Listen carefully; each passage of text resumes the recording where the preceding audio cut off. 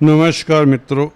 हर व्यक्ति दोस्तों सफल होना चाहता है, तरक्की पाना चाहता है और ज़िंदगी के सुखों को भरपूर एंजॉय करना चाहता है।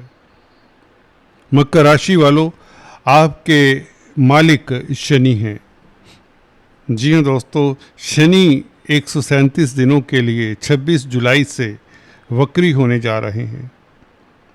आपकी जो सुखों की चाह है, जो इच्छाओं की प्राप्ति की चाह है, जो ज़िंदगी को एंजॉय करने की चाह है या जो सुखी रहने की चाह है, उसमें कहीं अवरोध तो नहीं डालते, इसके ऊपर चिंतन करेंगे।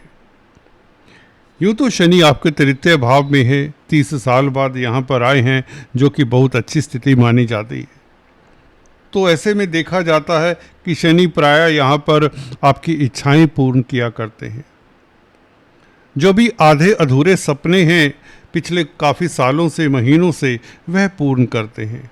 ज़्यादातर पिछले सालों से जो अधूरी आपकी कामनाएं हैं वह पूर्ण कर ही देते हैं।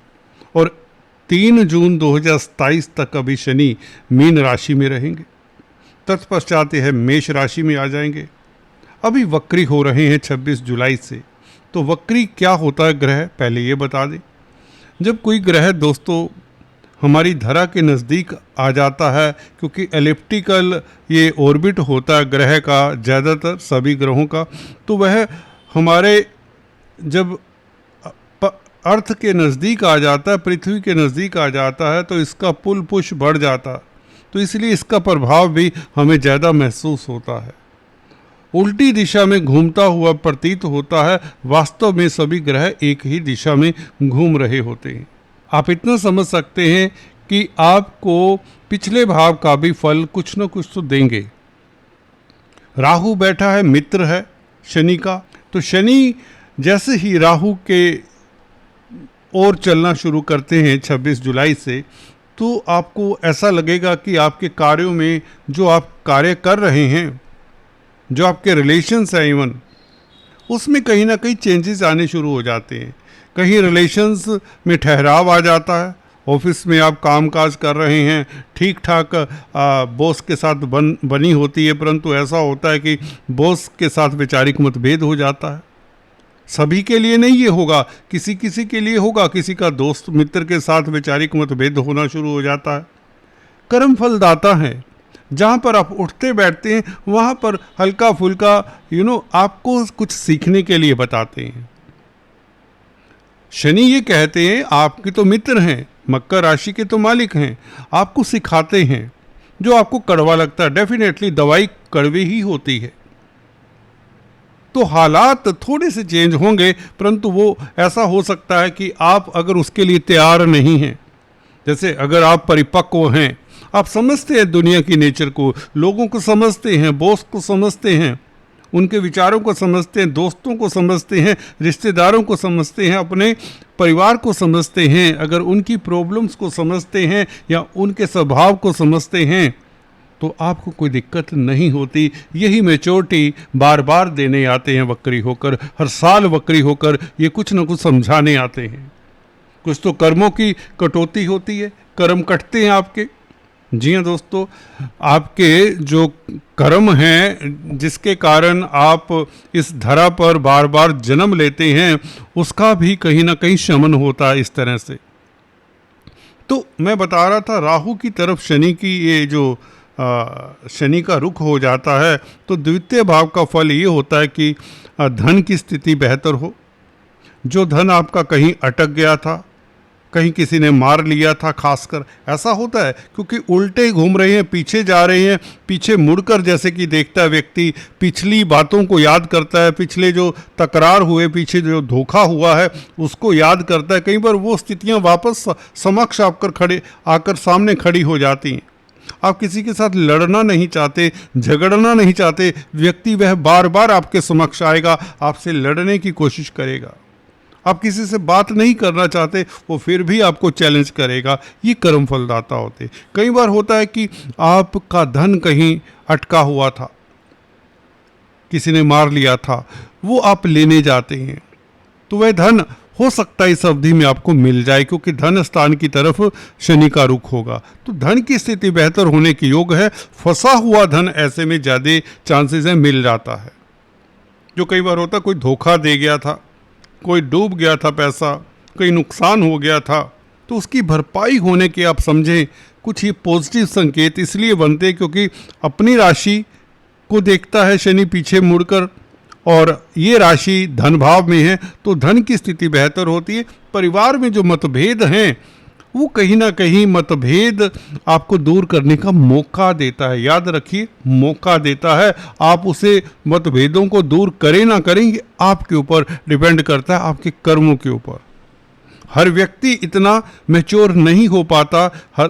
ये हर साल होता है, हर साल ये वक्री होते हैं, हर साल मौका देते हैं, हर साल चुनौतियों को हैंडल करने की आपको समझ देते हैं। कुछ समझदार होते हैं, समझ लेते हैं, कुछ नहीं समझते तो उन्हें लगता है कि शनि तो जब वक्री होते हैं तो ये दिक्कत ही देंगे। जी नहीं, ये आपको समझदार बनाना चाहते हैं, ये आपको रिस्पॉन्सिबिलिटीज़ का निर्वाह करवाना चाहते हैं। ये जो आपका है, आपका हक है, उसे कहते हैं कि आप अपना हक जैसे भी हो लेने की कोशिश करिए। शाम दंड भेद की नीति से भी आप इस तरह की स्थिति में आप हो सकते हैं, क्योंकि राहु धन भाव में बैठे हैं। शनि के साथ संबंध तो नहीं बनेगा, शनि और इनकी निकटता तो हो जाएगी, कहीं ना कहीं शनि राहु के नज़दीक तो पहुंच जाएंगे, कुछ डिग्रीज तो आगे चले जाएंगे इन 5 महीनों में, इन 4.5 महीनों में। गुरु से दृष्ट हैं तो ये स्थिति थोड़ी डिफरेंट हो जाती है। पिछले साल तो ये गुरु से दृष्ट नहीं थे। हर साल शनि की ये जो पोजीशन होती थोड़ी डिफरेंट होती है, कभी किसी ग्रह के साथ युति में, कभी किसी ग्रह से दृष्ट हैं, अब गुरु से दृष्ट हैं। और चंद्रमा आपको देख लेना चाहिए, जिस दिन शनि वक्री हो रहे हैं 26 तारीख से, उस दिन चंद्रमा धनु राशि में। दोस्तों, चंद्रमा मन का कारक होता है और चंद्रमा के ऊपर शनि का गहरा प्रभाव पड़ता है। इसीलिए तो चंद्रमा से ही 7.5 ढैया का विचार किया जाता है। जब वक्री होंगे तो चंद्रमा आपकी राशि से 12वें भाव में होंगे।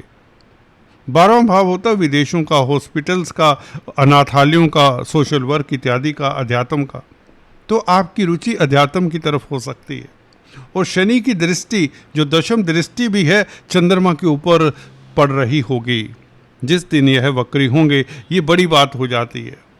12वें भाव में बैठा हुआ चंद्रमा आपको ये याद दिलाता है कि आपने सोशल वर्क करना है, कहीं चैरिटी करनी है, कहीं अध्यात्म की तरफ भी जाना है, संसारिकता की तरफ ही ना दौड़ते रहें।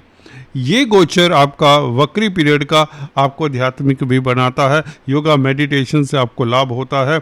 विदेशों में अगर आप जाना चाहते तो उसके लिए स्थितियाँ आपके लिए सहज हो सकती हैं।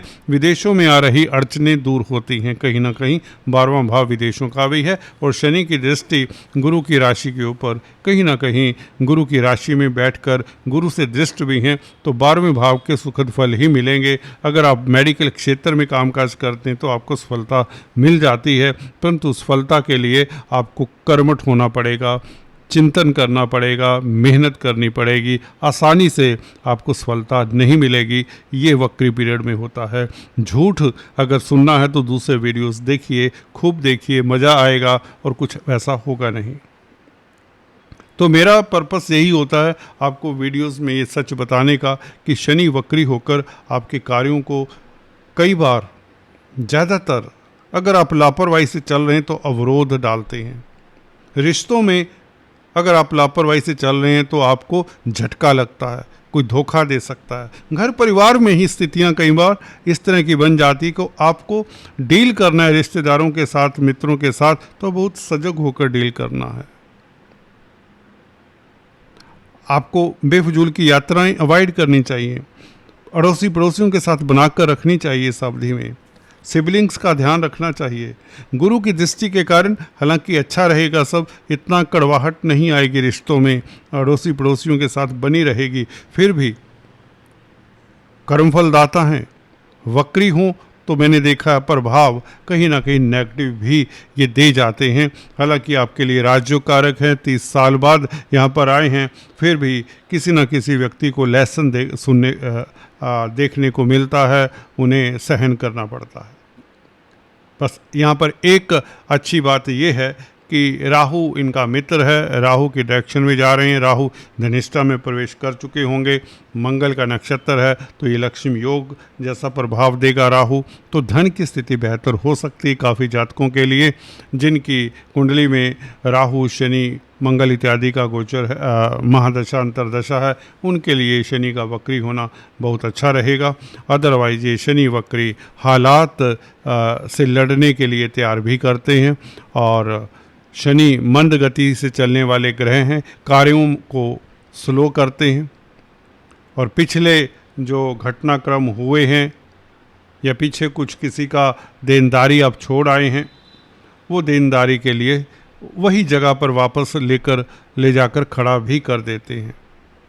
जहाँ से आप दौड़ रहे थे वही स्थितियाँ आपके समक्ष आकर खड़ी हो जाती हैं। जहाँ से आप डर के भाग रहे होते हैं वही स्थितियाँ आपके बार बार सामने आकर खड़ी हो जाती हैं। आपको सामना करना होता है, तभी तो कर्मों का शमन भी होता है। दौड़ नहीं सकते, हमने कर्म जैसे किए होते उन्हें फेस तो करना होता है। शनि ये बताते हैं, शनि यही सिखाते हैं, पर व्यक्ति कहाँ सीखता है? जो सीखता है वो फिर मोक्ष को प्राप्त करता है, शनि शनि ही सही। Thank you so much, thank you.